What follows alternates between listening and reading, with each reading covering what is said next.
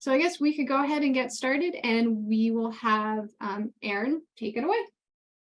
I keep looking for a bowl that maybe I have Yeah. in room so I can participate. And I got back from campus thinking, oh, I should have stopped and gotten myself a bag of popcorn for today. So, hello, my name is Erin Eichelberger, and I am an ASL faculty and also the discipline coordinator for ASL. So basically ASL is like any other of the world languages. It meets the language requirement that a lot of degrees and colleges require. We have all of the levels from 101 through to 202. Typically, a degree requires either 2 semesters or 4 semesters of another language. We have both face-to-face in-person classes, and we have fully online classes. The face-to-face classes are only offered at the Northwest, West, and East campus. We also have a language lab that is a requirement where you go to lab and you interact with other classmates and also a fluent user of ASL, playing games, chatting, and this allows you to review and practice the language that you've been learning in the classroom, either face-to-face or virtually. We are offering a new course called ASL 200. This is a course that is a general course. It's a introduction to the deaf community. And this is a great course from anybody to just learn more about how to interact and understand the deaf community like any other culture. And so you don't need to know sign language. It does meet a requirement in your AJAC, which allows you to transfer to colleges, the 3 Arizona colleges. We're also working on a certificate that would help to show an employer that you've taken the 4 semesters of ASL and some of the deaf culture classes that we provide. In regards to if you're like, well, why do I want ASL? Beside it being super cool and having people winning Oscars because they're deaf and use sign language, it can be used, as a cashier. There's a cashier at Sprouts near me who is deaf. So when I walk by, I can sign to that person. Also, many of my students go on and tell me like, oh, we had somebody stop in my store that was deaf and I was able to explain where to find the bathroom or where to find a shirt. So just allowing deaf people to be able to interact in the world on a daily basis, be it, in stores, at restaurants, at their doctor's appointment, having a first responder understanding it. Those are all jobs that would benefit from knowing ASL. There are also fields that you can use your ASL skills if you continue on. We're teaching deaf children, becoming an interpreter for deaf people, along with several other different type of fields that would require ASL. So that's all I've got to share right now. And we should have time at the end if you've got any specific questions about ASL. I will turn it over to one of my other colleagues. Awesome. Thank you so much, Erin. And next up, we have Jeff. Hi, Yvonne. I'm Jeff Gabidis. I'm the discipline coordinator for translation and interpretation studies, and I'm going to talk to you a little bit about. I'm also the department head for TRS and ESL as well. So I'll be talking about ESL and ASL, of course, but you just already heard from Erin. So I'm going to address those too. But first, I'm going to talk about TRS. So imagine maybe, well, let me give you a scenario that's really common here in the Southwest. Parents who speak only Spanish go to the doctor, and they don't have an interpreter, so they take their daughter or their son with them to interpret for them. So a lot of these, this actually, unfortunately, this happens, and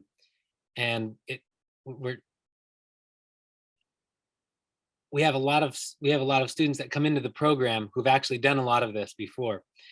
What we do is we train these potential interpreters to actually interpret and to learn the skills that it takes to do it professionally. So when you come into the program, in order to get into the translation and interpretation program, you actually have to take an entrance exam and score a certain level on that exam. Because in order to translate and interpret, you have to have a certain level of both English and Spanish. Once that's established, then the students will come into the program, and then we'll teach them how the skills that they have to use to translate and interpret. There are 8 courses in the program. Half of this, the program is completable in 1 year. Most students start in the fall and then end in the spring of taking those 8 courses. The courses can be taken online or high flex or in class, in person. High flex is kind of a new modality that not a lot of people have heard about. Essentially what high flex is it allows the student to decide how they want to receive their instruction. So for example, in a TRS course that meets in person, that has a scheduled day and time, a student can actually come to class and participate that way, or they can stay home. I have students in Virginia, in Spain, in California, Yuma, Phoenix, all over the place, who actually will Zoom into the class. And they'll participate with us at the same time as the in-person students. And then I have students that might be working at that time, and so they have to actually watch the Zoom recording later. So I record every class, and then I post it on the course homepage, and then they can go and watch that if they choose. Or if they want to just take the course completely online, they're free to do that as well. So there's kind of 4 different modalities that they can choose from and how they receive their instructions. And that's high flex. It's kind of a newer modality. It probably came out of COVID, I'm guessing, but it's been a great blessing for a lot of students because they wouldn't be able to do the program because they either live in another state or out of town, or they work or something like that. So and the kind of the neat thing about translation and interpretation studies, it's the only program currently that actually is completely high flex. So you can take all of your courses high flex if you decide. Let me see if there's anything else that I would add. If you have any specific questions for me in terms of the courses, I can go into that. But students coming out of the program will start at about 27,000. That's the entry level pay. The median pay is about around 43, I believe, and then the higher end is 67 to 80, 80 higher 80,000. So that's just kind of a rundown about where the pay is within the field of translation and interpretation. Let me talk a little bit about ESL. ESL, the students coming into the ESL program will also test into the courses. There are different levels of courses. There's 60, 70, 80, and 88. So there's like 4 different levels, depending on the level of each student. When you find that level that you're in, you'll start there and you'll go through until you graduate. ESL also has paired up with the writing faculty to create a course that's designed specifically for non-native speakers of English. So that's also an exciting thing. That's called Writing 101 SE. That's about all I'm going to say about that, because I think my time's about up. So like I say, if you have any questions, I'd love to answer any of them afterwards. So turn the time to Bardo and Guadalupe. Thank you, Jeff, and thank you, Ariana, for the invitation. My name is Bardo Padilla, and I'm the department head for the world languages. And my colleague, Guadalupe, she'll introduce herself. Hello, Yvonne. My name is Guadalupe Cruikshank, and I'm the discipline coordinator for the world languages. And we're here to talk to you about the World Languages Department. We offer several language courses, starting with Spanish, French, German online. We have Japanese, Korean, Chinese, and coming soon, Arabic, adding it to the list next fall. We do offer levels 101, 102 for all of our languages, and then 201 and 202 for certain languages. And these courses all transfer to the 3 state universities. And we also are incorporating our non-credit or personal interest courses for Spanish, Italian, and French this semester coming up. And Guadalupe will tell you a little bit more about these courses. The non-credit courses are for conversation Spanish, conversation French, but French will have a touch of art and painting with the classes. And Italian is going to have conversation and mostly related to travel and basic conversations. Those courses will be 8-week courses. The first 8 weeks, they're non-credit. They will be offered before 5 o'clock. And it will be just a fun language course that is non-credit with not too much homework, but hopefully you will be able to learn the very basics for those 3 languages. In addition, we're gonna try to do Pima for kids languages again. We did it last year with Japanese, and we are looking forward for doing Japanese for kids again, and perhaps another language.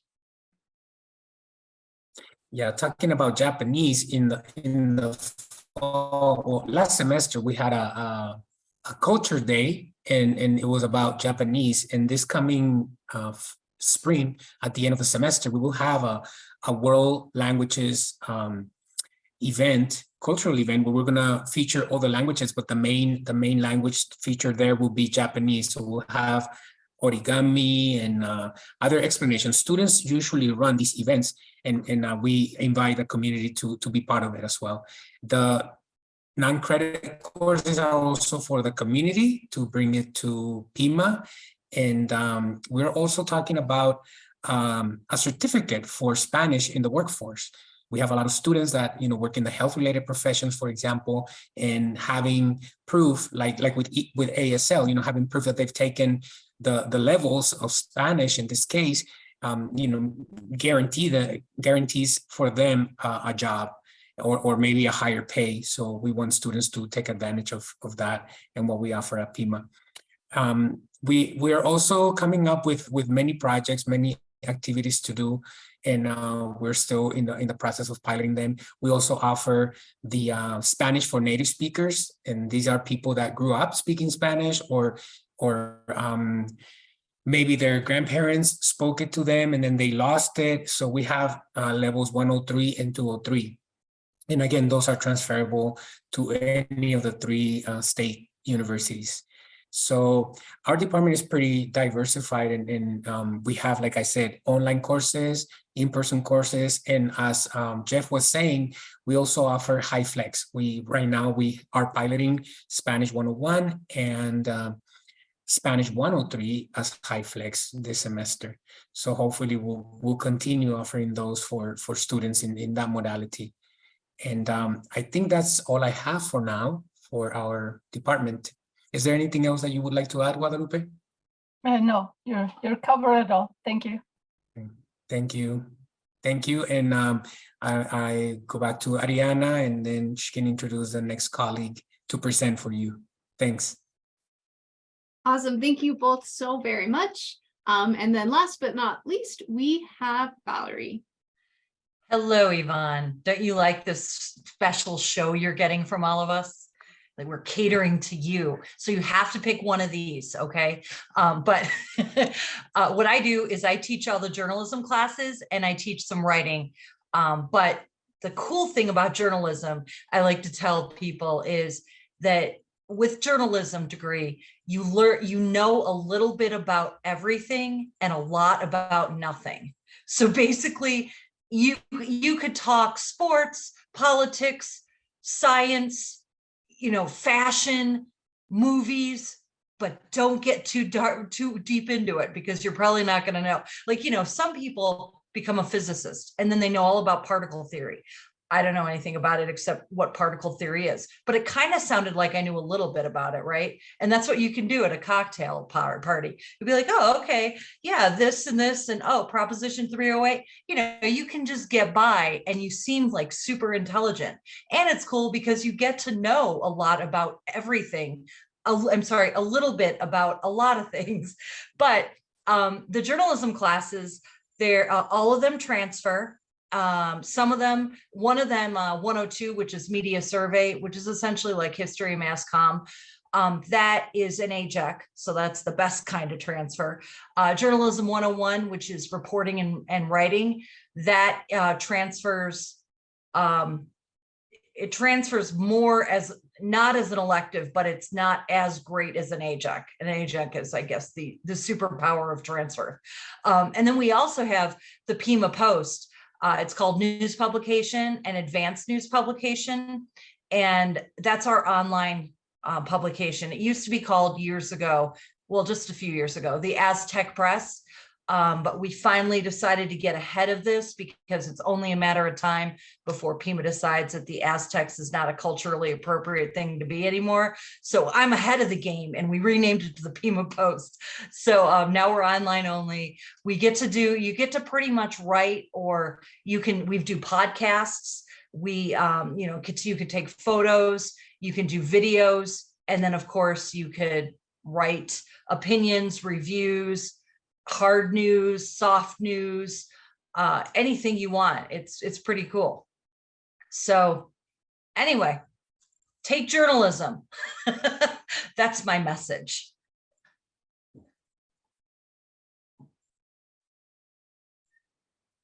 Awesome. Hi. Oh, hi, as future journalist. Thank you so much. So we do have a couple minutes here for if we have any questions, or so Yvonne, if there's anything you wanted to know, or if anybody had anything else maybe they wanted to add, but we'll give you this opportunity if you have any questions.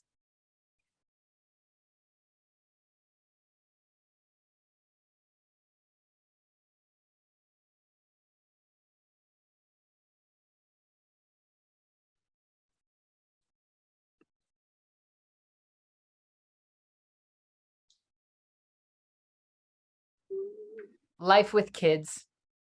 Yep.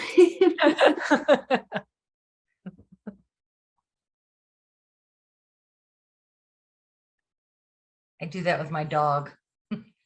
Always something.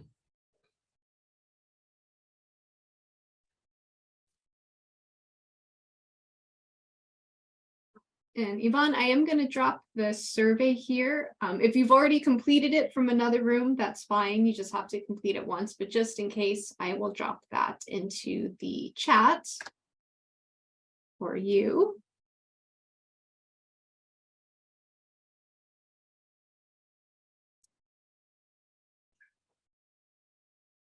Hey, Yvonne, did any of these particularly interest you? I'm interested in journalism. Oh my gosh, that's awesome. Cool. Well, She's hey, the popular one.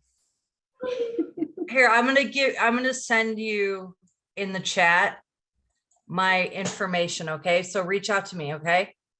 Okay. Thanks. And maybe you'll see me in that class also, Yvonne. Oh. Sounds very interesting. I want to learn a little bit about a lot of stuff so I can sound intelligent. Be at cocktail parties, and I don't know, do we still have cocktail parties? Yeah, I know. I know the fact that I said cocktail party, I don't ever go to those, but it's just, I don't know. You can hold your own in any conversation. And if you think about life is a whole series of interviews. It's not just a job interview. It's also oh, I need a nanny now, or, oh, I need to find a new landscaper, or, oh, I need, like, or, oh, I don't know what to order on the menu at the restaurant, like everything's a series of interviews. Either you're getting interviewed or you're interviewing somebody else. So journalism makes you an expert. So I'm excited to work with Valerie so that we can start translating the Pima Post. Ooh, okay. Ooh. I had a student a year ago. She did all Spanish columns and stuff. I've taken many years of Spanish, and I know muchas palabras, but other than that, I sound horrible. So, but yeah, it was really cool. We had a Spanish presence. Yeah, if you're ever interested in translating any of those articles, let me know. We can maybe set something up. All right, cool.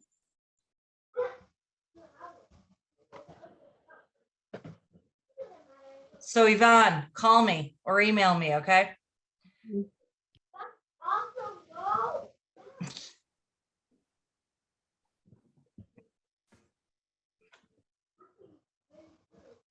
And so Val, you were saying now that it's called the Pima Post. That's the new name for Yeah, it. we just arbitrarily, I mean, with permission. It wasn't like I went rogue and I'm like, no more Aztec Press. But with the dean's permission, we thought long and hard, and really it's kind of hard to make newspaper sounding or websites sound that awesome. We've got the New Orleans Times Picayune, but for the most part, or the Seattle Post Intelligencer, which no longer exists. So it's sort of like, we're just gonna be, Pima Post, how you doing? We can be creative in our stories and our photos and our headlines, but we're pretty boring with a name. Not that the Aztec Press was really awesome either, so. So Yvonne, are you just starting your journey with Pima, or are you already registered and taking some classes? I started to take reading and writing class in the mornings. That's a good start. I was 17 in the afternoon, 5:30, 8:30. Mm-hmm. Oh, good. Very cool. Yeah. Now, were those your children that were running around, or additional other family members? My nephew.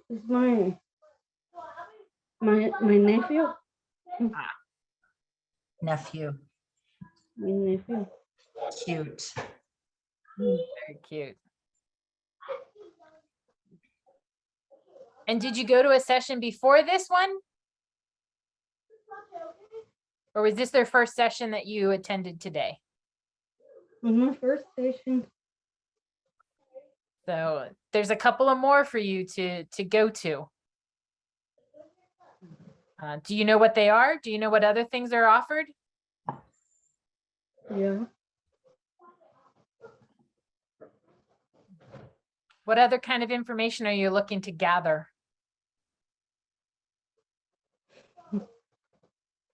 What are you looking to find out? To be more successful in class. So how to succeed in a class? Mm. Cool. I think we might even have some what's called STU courses. I'm not very familiar with that, but general, it's STU course. And there's a lot of them that will help you with, I think, Ariana, maybe, I don't know if you know these, like time management and maybe even study skills. I'm not 100% sure what those courses do, but there's a lot of support at Pima to help you with those type of skills if you need them. Yeah, I need them. Yep, you're correct. Yeah, I think they're the STU, and it's kind of like learn to learn, basically. And they teach you like how to take tests, how to take notes, study skills, things like that. So yeah, those are really great courses if you can sign up for those. Taking a test, it should be a course all of itself. Yes. Tests are developed to be answered certain ways. So yeah, that would be a good thing to learn. Perfect. All righty then. Yvonne, if you don't have any other questions or comments, I can go ahead and move you into another room. Do you know which one you would like to join? We have Pima advisors, we have Pima clubs and like transfer schools, and then we also have another faculty room. And I think that one's like writing. Pima advisors. Pima advisors? Awesome, you got it. Give me 1 second here. I am gonna send you over. Bye, Yvonne. It was nice meeting you.